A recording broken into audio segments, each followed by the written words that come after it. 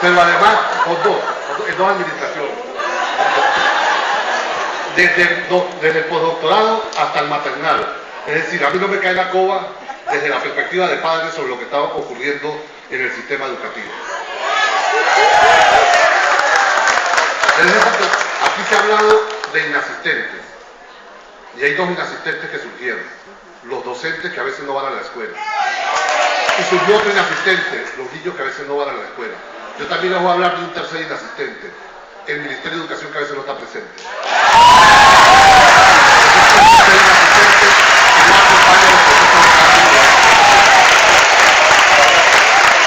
Tenemos que resolver este tipo de los tres inasistentes para que el sistema educativo pueda avanzar. Voy a trabajar en mi exposición con el famoso cubo de Rubik, que todos lo trabajamos en algún momento, pero esto será en la segunda parte de la intervención. El video que comenzó la intervención mía es un video de Pink Floyd, que expresa precisamente la crítica a la educación, una educación autoritaria. El debate sobre la educación no es nuevo, es viejo en todo el mundo. En ese momento, cuando Pink Floyd escriben y cantan esa canción, se refería a toda la educación autoritaria, disciplinar, y contra eso se luchó en un momento determinado y contra eso se combatió la calidad. Y aquí quiero recuperar el tema de la calidad educativa. La calidad educativa no es neutra. La calidad educativa es un tema profundamente político. Y mire cómo marchamos nosotros en la década de los 70, en los 80, con una educación pública, popular, gratuita y de calidad. Esa era una aspiración y ha sido, y ahora tenemos que recuperarla, de la izquierda pedagógica en América, en Venezuela y en todas las partes del mundo. No le tengamos miedo al debate de la calidad, porque el sector empresarial y el neoliberalismo en la década de los 80 la asumió para las ISO, hizo el 9000, hizo toda la carrera de las ISO, y hizo del discurso de la calidad educativa un discurso simplemente empresarial. La calidad es nuestra, la calidad es de los maestros, que pensamos en la escuela y en el niño. Ahora estamos metidos en un tremendo problema. Yo soy modelo 62. Los maestros que estamos hoy dando clases en las aulas, nacimos entre los 60 más o menos, en el doctorado, no sé yo, más, y la década de los 80. Es decir, nacimos, todos los que estamos acá seguramente nacimos en esos parámetros, entre los 60 y los 80, antes de la revolución científica y tecnológica de los 90. Y los chamos que están en nuestras escuelas, incluidos los que están llegando a las universidades, nacieron desde los 90 hasta ahora. Ahí tenemos el primer gran desafío, el primer gran problema de cómo nosotros logramos empalmar, vincularnos con una generación que por primera vez no tiene los mismos diálogos nuestros. Yo podré tener doctorado, tener todos los estudios que sea, pero soy analfabeta. Soy analfabeta en esto. Yo no puedo leer los códigos que leen los chamos hoy. Y a veces, y eso parte, a veces cuando nosotros decimos hay 600, hay 500, hay 800, hay 1.000.000 de muchachos fuera del liceo, uno dice desde ese diálogo intercultural que hasta tienen razón los muchachos, lamentablemente, los que defendemos la educación pública, porque es que ese liceo, esa escuela no es atractiva, no es atractiva para los chamos, y tenemos que volver a recuperar para que el liceo sea realmente atractivo. No es un problema simplemente administrativo de crear más escuelas ni nada por el estilo. Es un problema también de entender qué está pasando con la juventud de hoy, con los que van a las escuelas hoy en día. Nosotros estamos viendo, mi generación cuando se formó como docente, podía estar seguro que lo que aprendió en la universidad le iba a ser útil hasta los 25 o 30 años del ejercicio de la profesión docente. Hoy en día, las revoluciones científico-tecnológicas en ese momento eran de ciclos de 30 años, de 40 años. Hoy las revoluciones científicas y del conocimiento son entre 4 y 6 años. Y eso presenta un enorme desafío. Un docente que trabaja 25 años en el aula vive 6 revoluciones del conocimiento. Y eso significa un enorme desafío para nosotros los docentes. Cómo actualizarnos en el conocimiento, en el discurso, en la metacultura de los jóvenes, de los niños, de los jóvenes y las niñas que están llegando a las escuelas. Ese es un enorme desafío que tenemos que romper. Redes de aprendizaje. El otro tema tiene que ver con la formación docente. Nosotros tenemos que volver a pensar la formación docente no de manera conservadora, pero tampoco de manera ligera. Nosotros, en la medida que desde que se creó la UNESCO, se crea un compromiso mundial porque se avance en la masificación de la educación en todo el mundo, también los grandes centros económicos y del capital iniciaron una serie de operaciones para romper con la centralidad pedagógica. Hoy hay que recuperar el orgullo y la centralidad de ser pedagogo. Ahí tenemos que volver a decir con mucho orgullo, yo soy maestro, yo soy maestra. No que soy facilitador, no que soy alguien que ayuda en el aula. Maestro, maestra, profesor. Este es el primer hecho que hay que reivindicar en el tema pedagógico. Porque lo rompieron, porque era muy subversiva la pedagogía. Porque trabajaba con las mentes, el alma y el espíritu de los jóvenes, las nuevas generaciones. Y empezaron con modas, sustituyeron la pedagogía, la integridad de la pedagogía por las modas. La primera moda, la moda de las didácticas. Entonces dijimos, los maestros de los 50, qué buenos, cómo sabían enseñar, pero solo de pronto sabían enseñar porque fue el énfasis. Después, en la década de los 60, la moda del gerencialismo, formar buenos directores, formar buenos supervisores, y la didáctica comenzó a dejarse a un lado. Entonces dijimos, en los 60, qué buenos directores había, qué buenos supervisores, pero ya como que hay problemas en los aprendizajes, comenzaron a fraccionar. En la década de los 70 comenzó toda la moda de la evaluación, que llegó a ese exabrupto de documentos acá, incluso en el Ministerio de Discusiones de Evaluación Cualitativa, cuantitativa. Todos los que estamos en aula, fuimos maestros de aula, sabemos del exabrupto incluso de algunas guías que decían A igual a 20, 19 y 18. ¿Entiendes? Pero ¿qué es eso? ¿Cualitativo o cuantitativo? O sea, eso lo vivimos nosotros en documentos que nos llegaron a nuestras aulas. Y a partir de los 80, la moda del currículo. Todo es currículo. El currículo es el centro de la acción pedagógica, hay que ver el currículo. Y si algo me ha servido a mí, los estudios comparados, es para entender que cuando se crea una Comisión Nacional de Currículo, nada va a cambiar. Nada va a cambiar. Simplemente se crea una nueva unidad curricular, una nueva materia, y nada ha cambiado, y nos meten gato por liebre, nos engañan con eso. Tenemos que volver a recuperar la centralidad de lo pedagógico en la formación docente, y ahí también comenzar a ser críticos en lo que había antes y lo que hay hoy. En lo que había antes y lo que hay hoy.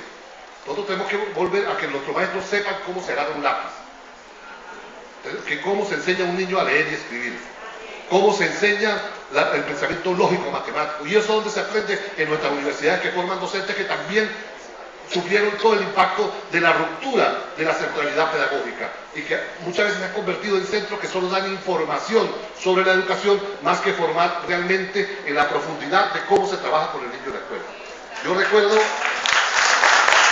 cuando me tocó ir ser profesor de práctica profesional en una universidad pedagógica que formaba maestros de rural, en la primera oportunidad los muchachos salieron a protestarme al consejo universitario, porque la prueba que les hice fue de la primera diagnóstico, cómo se eliminan los piojos, cómo se desparasita y cómo se barre el salón.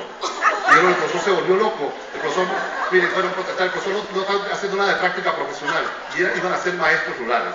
Cuando me llamaron al consejo universitario que por qué había hecho eso, les dije, bueno, resulta que los que hemos sido maestros rurales, no nos echan el cuento, sabemos que en el medio rural no hay vedeles, no hay personal obrero.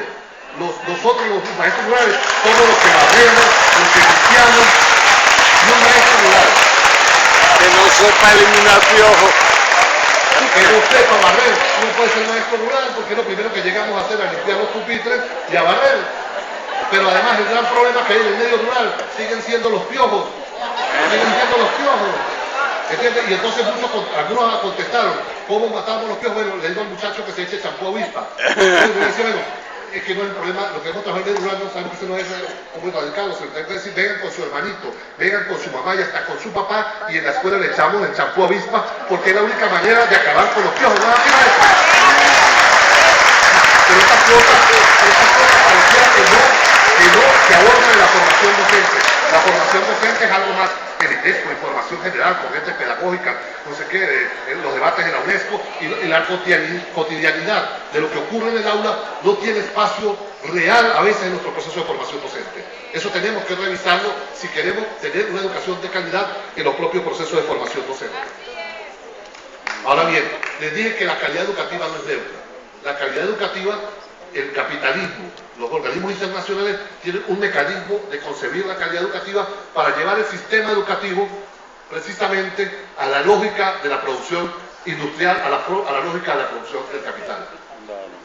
Y ellos miden fundamentalmente, yo digo que siempre, que es como un prisma, con solo tres grandes elementos. Uno, los aprendizajes, en formación matemática, lectoescritura, que son muy importantes, y en ciencias. Y ahí el culpable casi todos los diagnósticos, ¿quiénes son?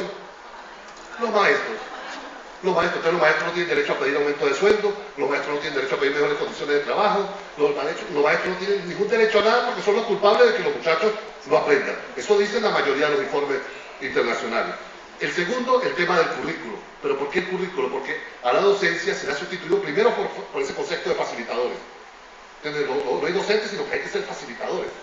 Y ese concepto ahora llevado por los curricólogos, los expertos en currículo. Los tipos que saben de educación no somos los pedagogos, sino resulta que unos tipos que solo saben de currículo. Ellos son los que van a cambiar todo el sistema educativo porque el currículo lo dice todo.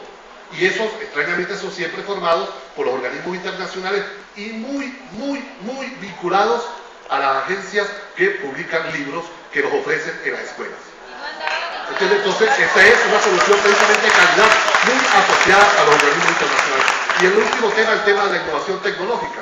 Y ahí me preocupa, si usted entra en la página del Banco Interamericano de Desarrollo, encuentra que ellos están planteando invertir la pirámide de la enseñanza-aprendizaje. ¿Y cómo logran invertir esa pirámide? Diciendo que como hay un proceso de masificación de las tecnologías, que todos tenemos celular, que hay tablet, que todos tienen en su casa computador, que se está planteando más bien hacer grandes videos a partir de un video de Juan, no sé qué matemático, un compañero colombiano, que es un video que tiene más de 10 millones de visitas, que a partir de esa experiencia, que hay que filmar en videos y que el muchacho aprenda en la casa con sus padres y que la escuela solo se convierta en un lugar a ir a evaluar. Eso no lo estoy diciendo yo. Métase a la página del Banco Interamericano de Desarrollo. Entonces, eso es hacia donde ellos quieren. Ellos están cambiando los conceptos, lo están resemantizando para llevarnos nosotros humildemente y nosotros a veces queremos ser chic, estar en lo último de la moda. Entonces, digo, no, yo no soy maestro, yo soy un facilitador. Ah, no, yo no voy a dar clase en el aula, yo voy a un ambiente de aprendizaje. Entonces, el ambiente de aprendizaje es la eliminación de la escuela. Y el facilitar la escuela, los docentes, eliminando las dos patas fundamentales de la educación como derecho humano fundamental. Entonces, ahí se está atacando el propio compromiso del Estado con la educación. En los conceptos, en las palabras, no son neutros. Y ellos expresan un profundo contenido. Calidad de la educación, ¿qué debe ser para nosotros? Está expresado en el marco jurídico venezolano, en nuestra Constitución, en los artículos 102 o 3 sobre el desarrollo humano integral. Ahí están definidos las líneas maestras de lo que es calidad educativa. Que no diga calidad educativa como tal textual, pero dice cuál es el propósito del Estado, el último, para poder que su sistema educativo funcione. Está el marco jurídico específico, la Ley Orgánica de Educación, que nadie la menciona cuando se habla de calidad. Pareciera que entonces calidad no tiene que ver nada con los instrumentos que consensuamos. Y es el artículo 4 de la Ley Orgánica de Educación, el propio plan de la patria, que es hoy ley. Yo lo digo que ahí están definidos buena parte de los conceptos de lo que se quiere para el sistema educativo. Y por supuesto, esto que estamos haciendo como esfuerzo, que nos podamos sentar acá, juntos ustedes, visiones distintas de la educación, construir un consenso, pero un consenso en el marco jurídico aprobado en nuestro país. Para poder iniciar cualquier operación de cambio, es necesario que el docente esté en el centro de la estrategia de cambio. Y ahí otro video, para que vean que el debate... Creo que no debe tomarse tanto empeño con esos chamacos. Haga como hicieron los maestros que llegaron antes. Cumplían ya. Cumplían ya. ¿Y qué es lo que estoy haciendo yo? Pues cumplir, pero cumplir con mi deber. ¿O qué quiere? Que dé mis clases sin importarme si los alumnos aprenden o no, para que después de algunos años estén tan ignorantes como cuando llegaron. El debate no es nuevo sobre la educación, lo decía ya Cantinflas, el maestro Cantinflas, su película El Profe. Este es un debate viejo que tiene que ver con la formación docente, pero incluso más recientemente está la película La Sociedad de los Poetas Muertos. ¿Cómo se puede describir a la poesía como el concurso de Miss América? ¿Por qué he subido aquí? ¿Quién lo sabe? Para sentirse más alto. ¡Yo! Me he subido a la mesa para recordarme que debemos mirar constantemente las cosas de un modo diferente. Quiero que todos arranquen esa página.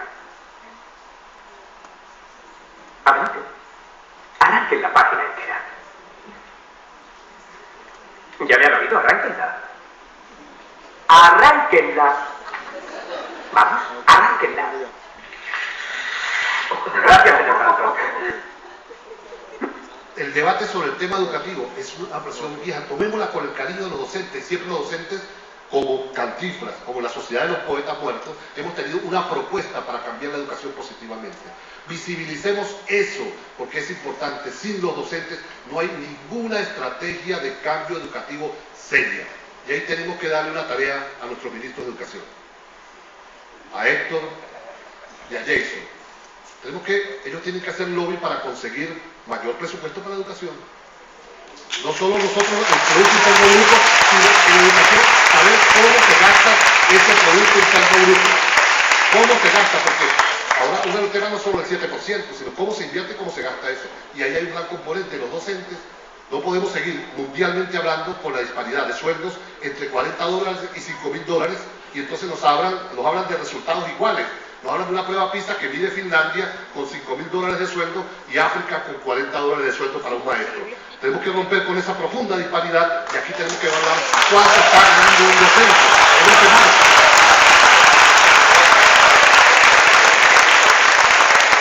Solamente cuánto está ganando, El sino... otro tema está con la recuperación de la relación familiar. Yo que soy un marxista, un revolucionario de toda la vida, también hay una polémica ahí si la familia, el Estado, no es posible hacer un cambio sin la familia también. Y les pongo un ejemplo, lo que hemos trabajado con lectura en las escuelas. Nosotros nos llega el método global y todos lo compartimos, ¿verdad? El método más potente. Pero tenemos 40 muchachitos en el aula.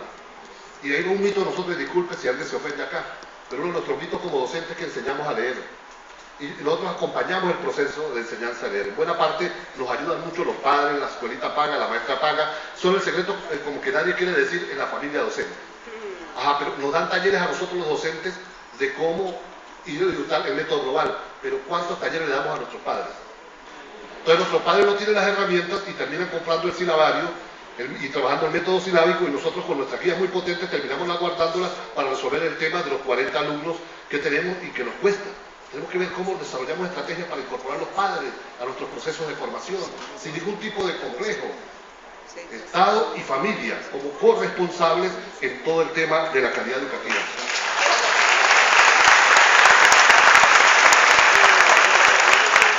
Sobre los sistemas de evaluación y medición de la calidad educativa, aquí quiero... No es ningún tesoro, señor.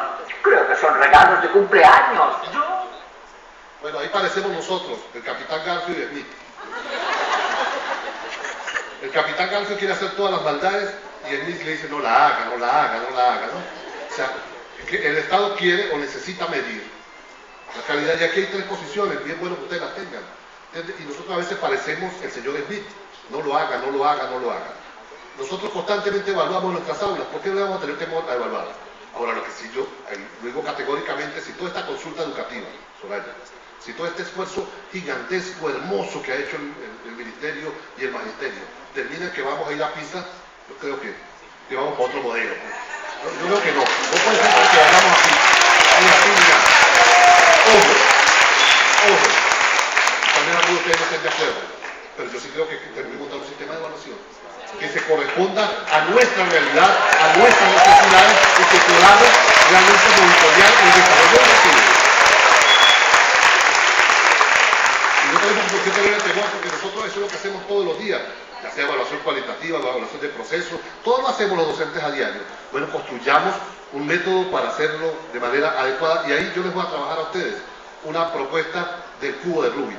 Yo creo que es imposible hacer evaluación de la calidad con una sola cara. El Banco Mundial, los organismos internacionales trabajan con una sola cara, el aula. Yo le estoy diciendo que hay 6 ámbitos y le estoy proponiendo 54 temas en concreto para iniciar el debate sobre el tema de indicadores de calidad educativa. Están resolviendo ya el tema técnico para que ustedes vean el cubo, el desarrollo del cubo. El primer ámbito es ámbito aula, o sea, los procesos que ocurren en el aula. El segundo ámbito, el ámbito aula-plantel, cómo es la interacción entre un aula y el resto de las aulas, los procesos que ocurren en el propio plantel. El tercer ámbito es aula-plantel-comunidad, cómo es nuestra relación de la escuela, lo que ocurre en el aula y el plantel, con la comunidad. Es decir, volviendo a recuperar aquello de la escuela como centro del quehacer comunitario, no como un centro ideológico, sino como un centro de profunda relación con la comunidad. Un cuarto nivel, el nivel aula-región. ¿Cuál es la característica geohistóricas, culturales de la región del Estado? No es lo mismo dar clase en los Andes que en Oriente, o en el sur, o en los llanos. ¿Qué pasa con la región? Un quinto nivel, el aula, plantel y el país. cómo se desarrolla el marco constitucional, el modelo de sociedad que hemos definido y que hemos consensuado en el aula y desde el aula. Y finalmente, el sexto ámbito, el de la geopolítica internacional. Hoy en día es imposible pensar en la actividad educativa desvinculada de los procesos internacionales, cómo eso se vincula y se relaciona para construir un proyecto emancipatorio desde la escuela. Son 6 ámbitos que en cualquier modelo de evaluación deberían estar presentes o debieran estar presentes para que sea complementario, recuperando ese criterio de centralidad pedagógica, de totalidad pedagógica del cual les hablé anteriormente. En el primer ámbito, aula, escuela, el primer aula, el tema de la enseñanza y el aprendizaje. Y aquí yo me voy a poner ortodoxo y tal vez conservador para algunos de ustedes. Nosotros desde la resistencia, los que venimos del magisterio en lucha de los 70 y los 80, impulsamos desde la educación popular eso de que no había que hablar de enseñanza y los procesos de aprendizaje. Hoy estamos en funciones también, aunque no sea una doble moral, pero tenemos que repensar el tema general educativo. Y hemos llegado a algunos extremos. Aquí hay decisores incluso que han llegado a decir que Paulo Freire señaló que nadie enseña a nadie y nadie aprende de nadie. Y eso me llevó a mí a hacer una pesquisa. Yo me había leído más o menos, creo que todos los libros de Paulo Freire, y lo volví a releer, a ver dónde decía eso Paulo Freire. Y mire, no lo conseguí en ningún lado. Entonces yo dije, yo me sentía ignorante. Y entonces le pedí a Moacir Galotti, un amigo que dirige el Instituto Paulo Freire en Brasil y que fue alumno de Paulo Freire, que me mandara los libros en portugués. Y él me dijo, pero Luis, si eso ya todo está en español, ¿para qué? Y yo, no los mande, yo no le dije por qué, pero entonces me mandó la fotocopia y empecé a leerlos en portugués, a ver si era que tampoco. Le dije, bueno, ¿dónde está ese documento? Es un documento secreto, un texto apócrifo de Paulo Freire que no aparece en ningún lado. Y un día se me ocurrió buscar en internet, ese documento está en internet. Y por casualidad llegué a videos. Y me conseguí un video donde el periodista o la compañera, el educador que le estaba entrevistando a Paulo Freire ya en sus últimos años, le dice, maestro, es cierto que nadie enseña a nadie y nadie aprende de nadie. Y uy, esta es. Aquí es donde él seguramente lo dijo. ¿Y qué dijo Paulo Freire? No Luis Bolilla ni nada. Paulo dice, lo pueden buscar ustedes en internet, dice, pues está colgado ahí, eso es una mala interpretación de mi pensamiento y una mala lectura de mis libros. Yo he dicho que para que exista un proceso de enseñanza-aprendizaje liberador, el maestro tiene que saber enseñar y tiene que recuperar todas las características de una buena enseñanza. Y el educando tiene que querer aprender. Lo que he dicho que en esa interacción ambos aprenden, ambos se liberan y ambos reconfiguran el conocimiento. Eso es totalmente distinto a que entonces nadie enseña a nadie y nadie aprende a nadie. Entonces, ¿para qué formarme? Pero eso es un ataque. Incluso lo que más me preocupa es que de las propias filas revolucionarias, un ataque a la profesión docente. Un ataque a la profesión docente. Porque eso es lo que hacemos los maestros. Enseñan a los el tema de la evaluación. Tenemos que hacer una discusión seria sobre cómo interactuamos en evaluación cualitativa, cuantitativa, cómo vinculamos esos procesos, el tema curricular, el tema de los textos, la relación alumno por docente. Es un debate que está abierto. Tenemos que sacarlo tal vez de la lucha gremial y el Ministerio tendría que llevar la ofensiva. Decimos los resultados de Cuba, pero no decimos que Cuba tiene 20 alumnos por aula y trabajando. 20 alumnos y trabajando. Entonces, lo que trabajamos con niños y cada vez más inquietos, por suerte, cada vez los niños nuestros son más inquietos, sabemos lo que es trabajar con 40 alumnos que se tiran el lápiz, el sacapunta, el cuaderno, que entonces se le rompen la franela, todo, o sea, y enseñar hoy es cada vez más complejo en un ambiente de libertad contra eso que decía Pink Floyd. Eso que decía Pink Floyd, enseñar de manera libertaria ahora es mucho más complicado. Por supuesto también el tipo de aula. Nosotros a veces no discutimos eso, infraestructura, estoy de acuerdo. Pero de pronto, ¿cómo la infraestructura? Entonces concebimos, por ejemplo, para no extenderme, salones casi sin ventanas. Y eso tiene que ver con un modelo memorístico. Para cada modelo hay un modelo de aula. Y precisamente el tema de la concepción religiosa de claustro tiene que ver con poca iluminación, que no distraiga. Si ustedes leen los textos de lo que defiende la concepción memorística, dice que no exista nada que distraiga. Todo cerrado, aulas cerradas. Incluso en nuestra universidad construimos, ahora con mucho aire acondicionado, aulas totalmente sin ventanas, que son cajones que no ayudan a desarrollar un modelo de aprendizaje que de pronto dicen los documentos, liberador, creativo, abierto, flexible, sino que están para un modelo memorístico. El tema del acompañamiento pedagógico. Mire, yo fui docente de primaria durante 18 años de los 36. Y a mí nunca me supervisaron. Yo era el asistente del Ministerio de Educación. Tal vez ustedes han tenido más suerte. Tal vez. Me fueron 3 veces el supervisor, como en un periodo fui presidente del sindicato de educadores. y delegado sindical, la otra vez cómo me mandaba un expediente para votarme. Entonces, pero lo que se llama supervisión pedagógica no se dio en ningún momento. Entonces ahí hay que resolver el tema de ese inasistente, cómo llega, pero también cómo el supervisor sabe de lo que habla. Aquí tenemos que resolverlo, y me voy a poner un poco tal vez irreverente. O sea, tenemos que definir cuándo alguien puede ser supervisor. Cuándo alguien puede estar en las zonas educativas. Yo me he conseguido, y te digo, yo creo en los jóvenes muchísimo, porque soy educador, 36 años de docencia, además mis hijos todos, pero no consigo que alguien que recién se gradúe esté al frente de una supervisión o al frente de una dirección académica. Porque si algo tenemos nosotros, los docentes, es que respetamos la autoridad pedagógica. Que alguien nos venga a decir algo de que no está bien hecho, pero que lo sepa hacer. Que lo sepa hacer. Eso para nosotros es muy importante para los maestros.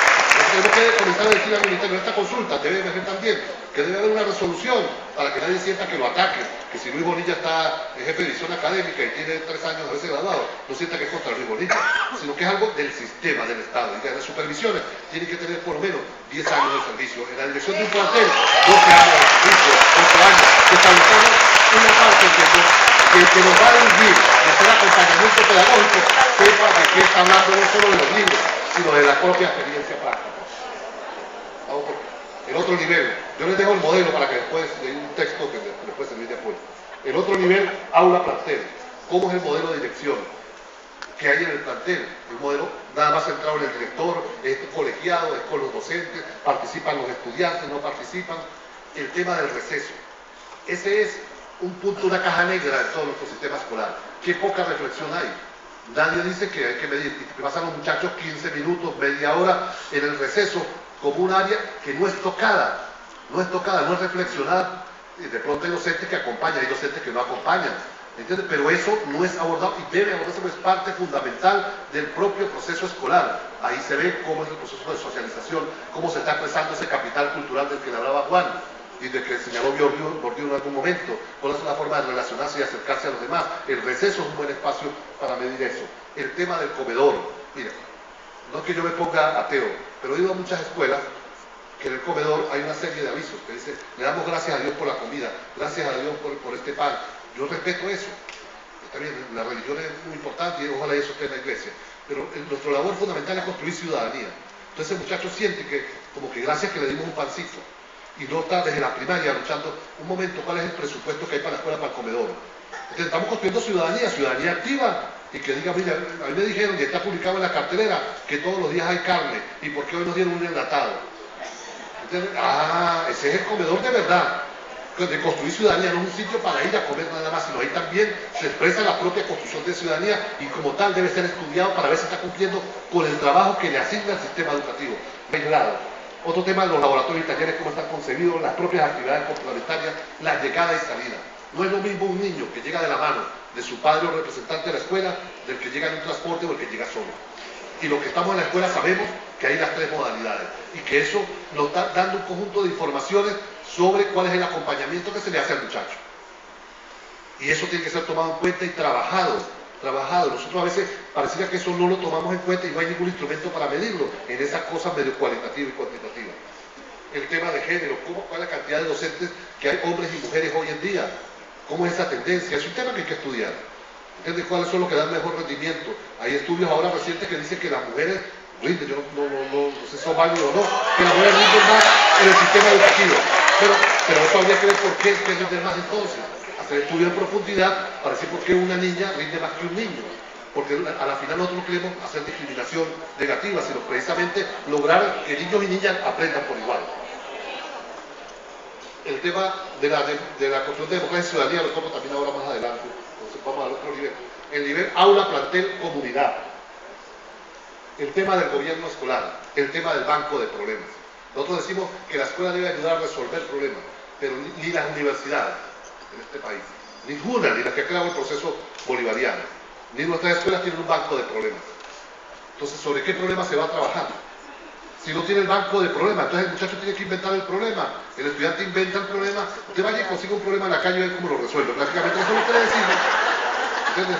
Entonces decimos que la escuela está cumpliendo con resolver los problemas. Entonces nos decimos, mira, hay un problema fundamental detectado. El año pasado lo trabajamos hasta este nivel. Vamos a trabajarlo ahora para darle continuidad. Ese banco de problemas no hay. Mucho menos ni la escuela ni la universidad va a tener repertorio de soluciones.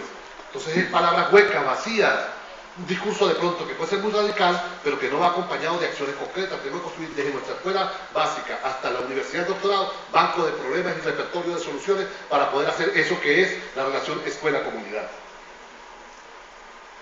Bueno, ahí se tocaba un tema de la casa del docente. Nadie habla de la casa del docente, dónde vive el docente y su cercanía o lejanía con la escuela. Y también cómo dotamos, nosotros aquí llegamos al exabrupto en algún momento de darle a los muchachos libros y no dárselo a los docentes. Y resulta que los docentes, más que dar clases en la escuela, somos los consultores de nuestras comunidades. Ahí es donde llegan a redactar el oficio, llegan a pedir que tenemos el computador, llega el otro a decir, mire, tiene el libro. Entonces hay que preocuparnos fuertemente dónde vive el docente y cuáles son las condiciones de acompañamiento pedagógico, incluso fuera de la actividad escolar, sin ningún tipo de complejo, fuera de la actividad escolar, porque ser docente es las 24 horas del día, no es simplemente el horario escolar. El tema aula-región, cuál es la historia y la vocación productiva regional, cómo está vinculado todo el proceso de aprendizaje con lo que se realiza en la escuela y en la universidad en general. Yo soy de un pueblo de Táchira que fue en algún momento el primer pueblo cafetero del país. Y yo no consigo las escuelas que estén desarrollando la vocación nuevamente de retornar al café como gran cultivo de la región que tenía toda una potencialidad. Pero nuestras universidades tampoco, no estamos formando ni técnicos cafeteros ni nada por el estilo, en un territorio que tiene profunda vocación para ello. Solo como ejemplo. En la escuela no estudia la vocación de integración fronteriza. Entonces tenemos problemas de contrabando, de todo, pero no hay dinámica cultural de estudio, ni de comercio, ni de nada en la región de frontera, porque eso no está en el Facebook, no está en el currículo. En ese currículo que es nacional y desde Caracas, el interior del país a veces es profundamente desconocido. Es profundamente desconocido. Y más toda la región fronteriza que tiene una dinámica muy particular que deben construirse mecanismos para que el currículo, que aunque lo dice enunciativamente, realmente lo desarrolle y se pueda evaluar. Se pueda evaluar con ese sentido de acompañamiento que nos decían Juan y Aurora, no punitivo, pero debemos saber cómo se está desarrollando ese proceso en cada uno de los lugares. El tema de las redes sociales, cómo se utilizan, por ejemplo, lo que estamos en bachillerato, porque hemos trabajado en bachillerato. ¿Quiénes tienen aquí Facebook? Todos, ¿verdad? Pero todo lo que tenemos Facebook, tú no lo tienes, hay una parte que dice Estado, es con quien uno está empatado, casado, relacionado. Esa es la parte más comprometida. Bueno, muchos de los jóvenes, en Venezuela hay casi 7 millones de facebookeros. Casi 7 millones de facebookeros. O sea, es un fenómeno enorme. Y buena parte, como el 40%, son menores de 30 años. Es decir, los que están potencialmente yendo a la escuela, al bachillerato y a la universidad. Y muchos de ellos colocan en su estado, es difícil, es complicado, relación abierta. Bueno, si eso no le dice nada a la escuela y a los programas de educación sexual, estamos bien mal. Estamos bien mal. Porque nos están dando una información en las redes sociales que pareciera que nosotros hacemos la política del avestruz. Nos metemos debajo de la tierra y no vemos que eso es una información que nos está dando. No hay que ser muy investigador para ver eso que se está dando entre los jóvenes y que implica entonces un desafío enorme para la escuela para entender esa relación. El otro nivel, que ya te he pasado por segunda vez el papelito, es el nivel aula-país. ¿Cómo estamos construyendo ciudadanía? Solo me voy a detener en esto. Mi generación es una generación como la mayoría de ustedes, que fuimos formados para soñar la utopía. Es decir, el país bonito para que algún día se pueda realizar, el socialismo, ¿entiendes? El país libre, democrático. Cada uno tenía su utopía, el mundo de Dios, justicia, cada quien tenía su propia utopía. Pero era como que después que saliera del sistema educativo. La generación de hoy quiere vivir la utopía estudiando. Quiere que si le hablemos de democracia participativa y protagónica, vivirla en la escuela, no después de la escuela, vivirla, compartir gobierno escolar, que poder elegir autoridades estudiantiles, poder tomar decisiones sobre su pensum de estudio, en la universidad presupuesto participativo, no que después vayan los egresados universitarios a trabajar con los consejos comunales, sino que en la universidad vivan la experiencia de presupuesto participativo, de democracia participativa y protagónica. Ese es el desafío del nuevo modelo de ciudadanía. No que lo vivan después en lo externo de la escuela, que lo vivan al interior de la escuela. Y ahí hay una tarea pendiente enorme. Y finalmente, el nivel aula, plantel, geopolítica. ¿Cómo nos estamos integrando? Y ahí, por supuesto, el tema de la soberanía. un tema, nosotros profundamente convencido que tenemos que ir a bloques regionales, subregionales, pero un ejemplo solo, yo estoy convencido de la potencia del acuerdo con China, y qué bueno que con China tengamos 2 satélites. ¿Cómo se llaman los satélites? Simón Bolívar y Francisco Pineda. Tenemos 2 satélites, ajá, pero si los satélites duran 5 años girando en el espacio y los técnicos no son nuestros, yo me empiezo a preocupar desde el punto de vista de la integración y la soberanía. Tenemos que comenzar a trabajar eso desde las aulas, porque nosotros queremos ser un país totalmente independiente de cualquier nación extranjera y eso implica un enorme desafío de pensar. Ahora bien, para lograr la calidad educativa, no bastan solo ver cada uno de las caras, sino solo lo podemos lograr cuando, como en el cubo de Rubik, mezclemos cada una de las caras que hemos evaluado y le hemos hecho acompañamiento de manera permanente. Y ya para terminar, yo vengo haciendo, y me disculpan la modestia, un conjunto de entrevistas a los teóricos más importantes de la educación del mundo en el marco de la consulta por la calidad educativa. Les invito a que entren a la página del Ministerio de Educación y la descarguen ahí. Están las entrevistas colocadas, además de Claxo TV y otras redes internacionales. Y yo quería terminar con un mensaje de algunos de los maestros del mundo para ustedes. Muchísimas gracias.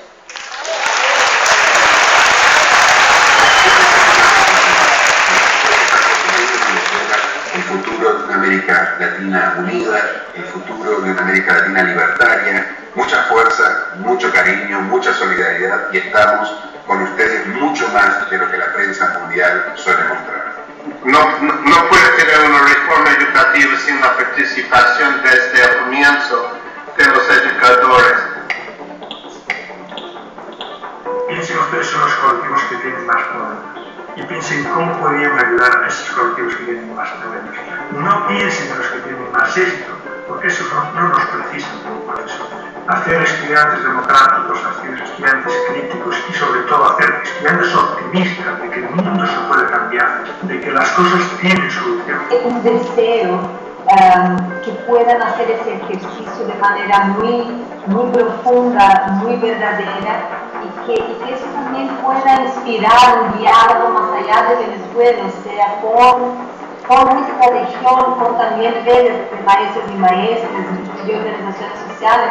En los momentos difíciles se acuerden de que aunque les parezca que su actividad no tiene influencia, tiene enorme influencia si lo hacen con amor y si llegan realmente a tener pasión por ayudar a cada niño a que construya su propio personal proyecto vital.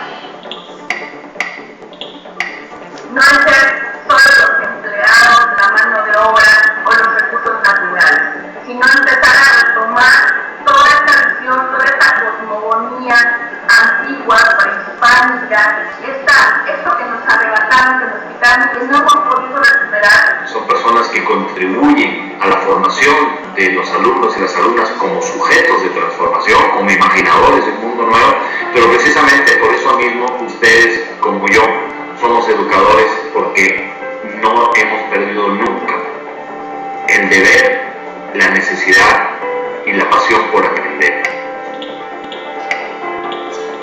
Un mensaje de aliento, de solidaridad, de compromiso y luego una sola sugerencia: hay que concentrarse en los problemas de las prácticas. A los sectores progresistas nos gusta mucho hablar de la práctica, pero luego cuando llega el momento muchas veces nos quedamos relegados en la teoría. Ya hay muchísima información sobre otros paradigmas de la educación que tenemos que ser como asertivos, acercarnos a estas nuevas visiones, abrir nuestras mentes, porque esto va a ir en beneficio de nosotros y nosotros mismos. Tenemos que reducir esta brecha entre el debate internacional y lo que ocurre en el lado. Tenemos que cambiar la lógica. Vale la pena seguir indagando, estudiando, y estamos en el mismo acuerdo, porque definitivamente nosotros somos el equipo de los optimistas.